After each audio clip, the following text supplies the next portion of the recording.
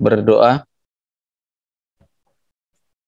Baik anak-anak, marilah kita berdoa sebentar.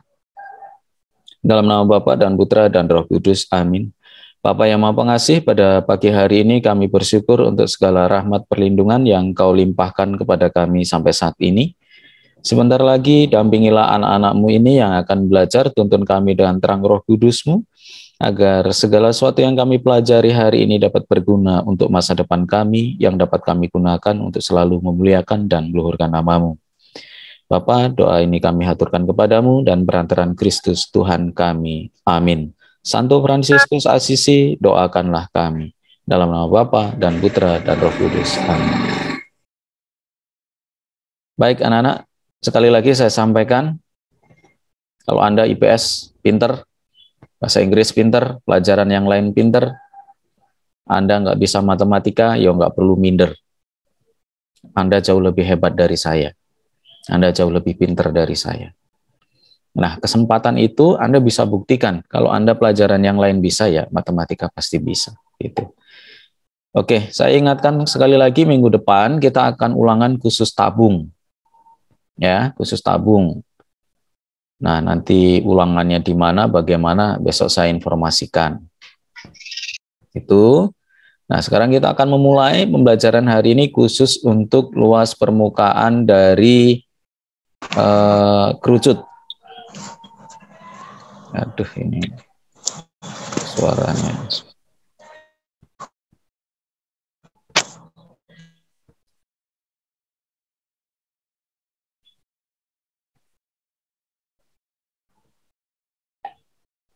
Oke, baik, kita mulai.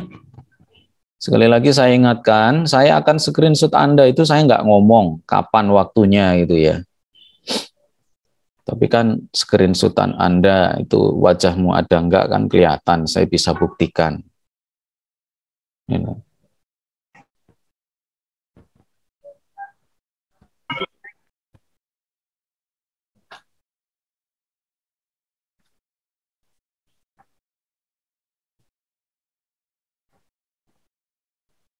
Baik, mari kita siapkan.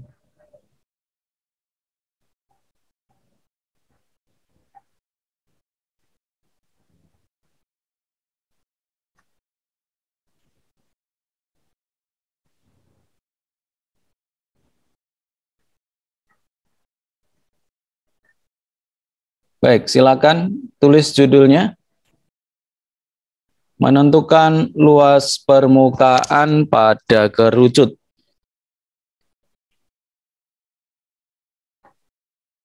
Aduh, fine.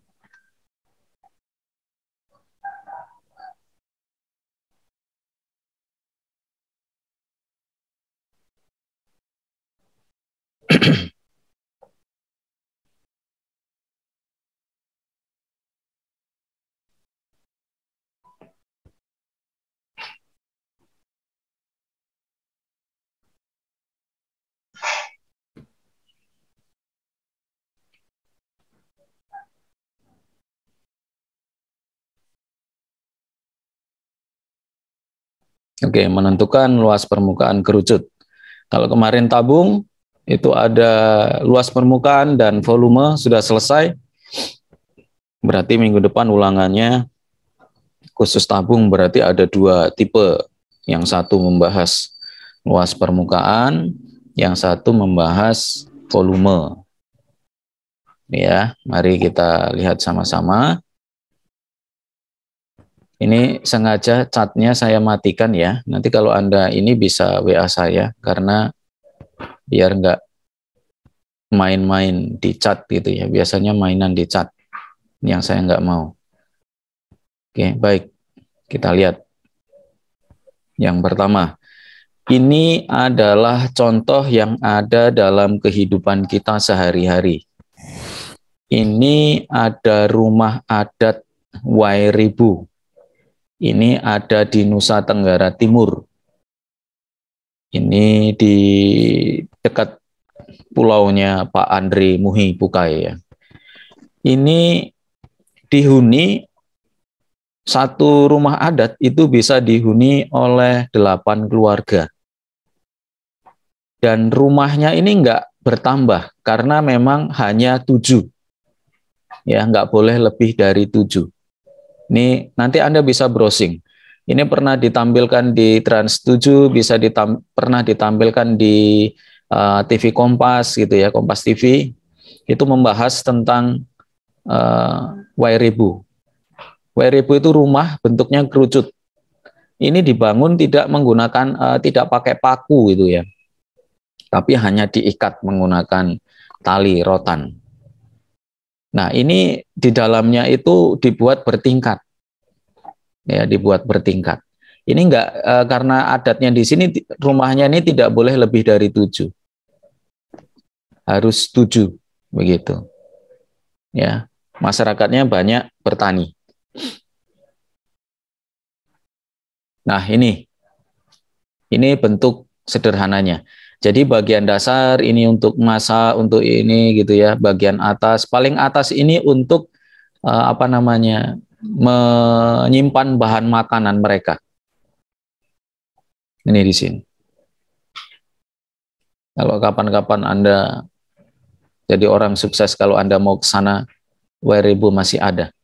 Bahkan mereka jalan menuju ke tempat mereka ini, mereka tidak mau dibuat di aspal, diperbaiki gitu. Mereka nggak mau. Karena menginginkan supaya daerah menuju ke tempat dia itu tetap alami. Jauh dari asap kendaraan gitu. Maka kalau mau menuju ke sana, itu kemarin itu saya lihat ada berjalan sekitar 3 jam. Ya, nah ini contoh dan bentuk nyata kerucut yang dipakai dalam kehidupan sehari-hari. Kalau Anda yang setiap hari mungkin lihat ya, makan es krim itu, bagian dasarnya ada ya yang berbentuk kerucut kerupuknya itu. Nah ini topi Pak Petani, capil. Ini saya foto tahun 2000 berapa, ini lagi dampingi anak-anak live in di kampung, di desa. Saya minjem punya orang, saya foto. Saya sendiri nggak punya. Nah ini ya, ini capil. Kalau bahasa saya di kampung sana itu capil, caping gitu ya. Ini bentuk nyata dalam kehidupan kita sehari-hari. Nah, kalau kita cermati unsur-unsurnya ini, bawahnya dia berbentuk lingkaran,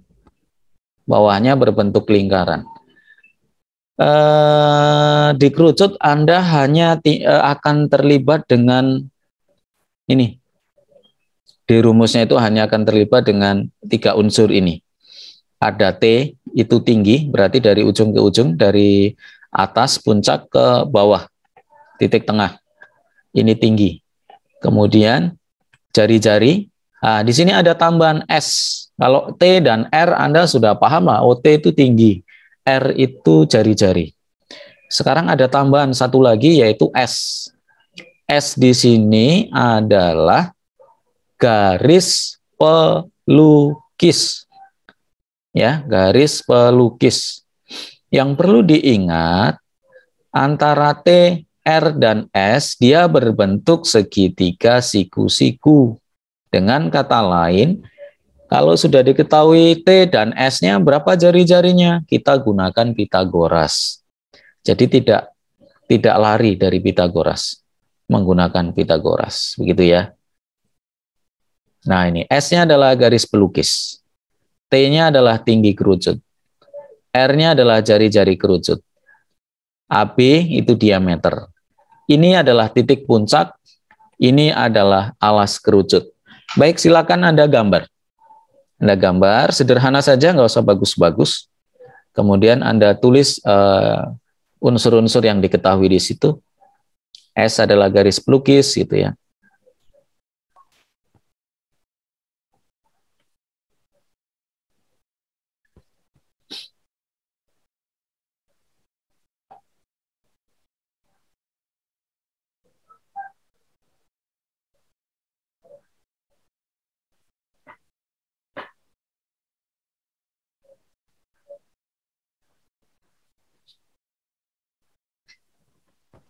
Pak. Ya. Halo. Saya izin off kamera ya, Pak. Oh ya, kenapa Chelsea? Sedang sakit, Pak. Oh gitu ya. Baik, terima kasih.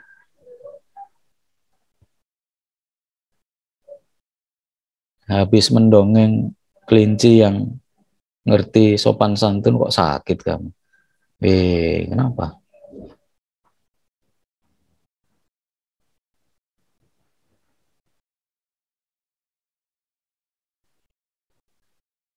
Ini Bagas main game apa nyatet kamu, Gas? Gas? Pak. Nyatet. Saya pikir kamu bohong lagi sama saya. Nanti bapakmu bilang, ya risiko gitu, kapok kamu.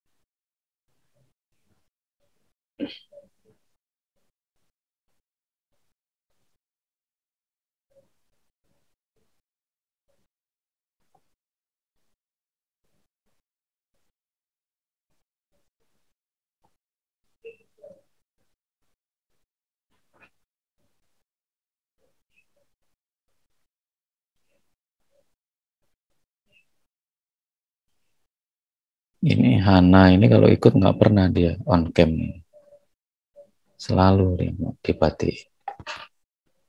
Oke, baik anak-anak, kita lanjutkan. Sudah selesai belum?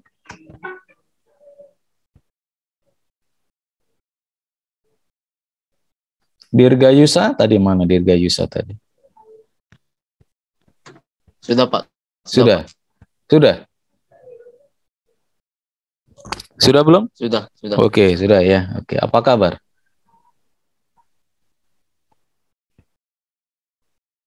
Dapat salam dari Tisa. Oke, kita lihat sama-sama. Sifat-sifat kerucut memiliki satu rusuk yang mengelilingi alas. Ini bagian bawah ini maksudnya. Ya, lingkaran alas. Ini dibuat putus-putus untuk menunjukkan bahwa garis ini berada di belakang. Kemudian memiliki satu titik puncak, nih titik puncaknya. Kemudian yang ketiga memiliki dua buah sisi yaitu alas dan selimut. Memiliki dua buah sisi yaitu alas dan selimut. Nah itu ya.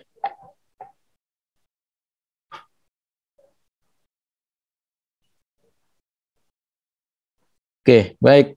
Kalau sudah ya, sekali lagi sudah ya. Oke, kita lanjutkan.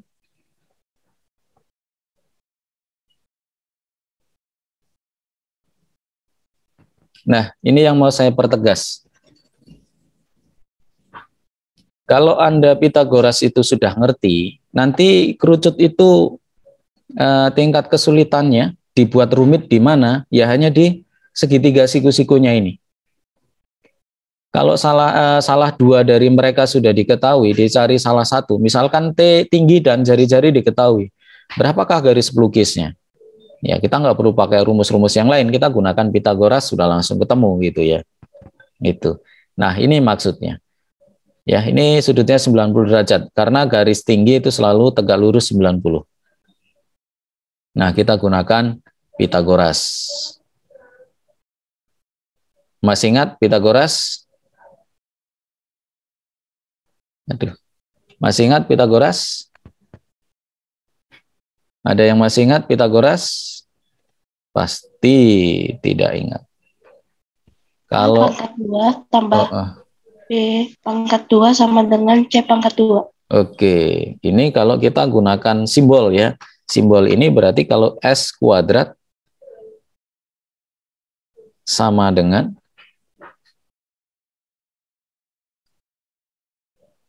T kuadrat ditambah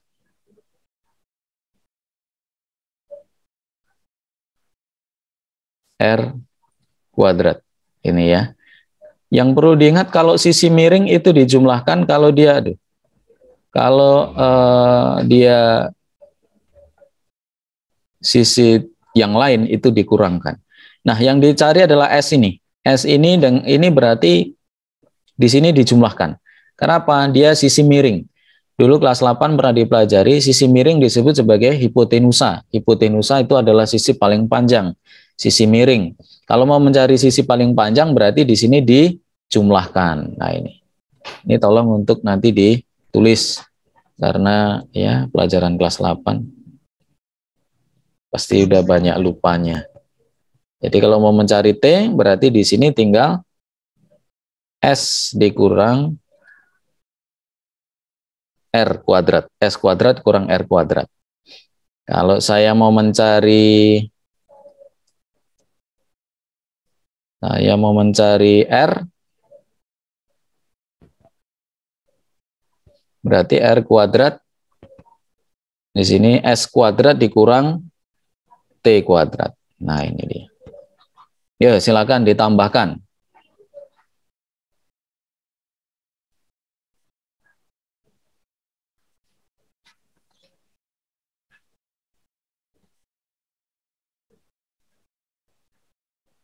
Ya, silakan ditambahkan ini rumusnya.